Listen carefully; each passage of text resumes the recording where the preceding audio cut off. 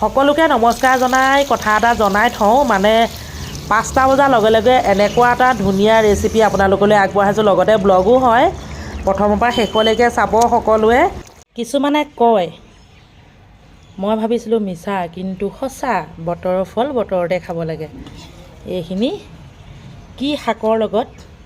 কি মাছ বনাইছোঁ আৰু কিমান সোৱাদ হৈছে সকলোখিনি দেখুৱাম এতিয়া মানে এয়া ৰেডি হৈ গ'ল আপোনালোকৰ মাজলৈ ভিডিঅ'টো ঠেলি দিছোঁ আপোনালোকে চাই গৈ থাকক পছন্দ হ'লে আৰু ধুনীয়াকৈ লাইক কমেণ্টটো কৰি দিব আৰু দেই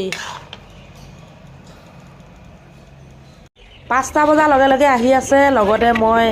ধুনুকৈ খালোঁ যেনিবা আজি এই শাকবিধ আমাৰ দেহৰ কাৰণে বহুতেই ভাল আপোনালোকেও বনাই খাব পাৰে আৰু মই মানে দুপৰীয়া সাঁজহে খাওঁ বেছি শকত যে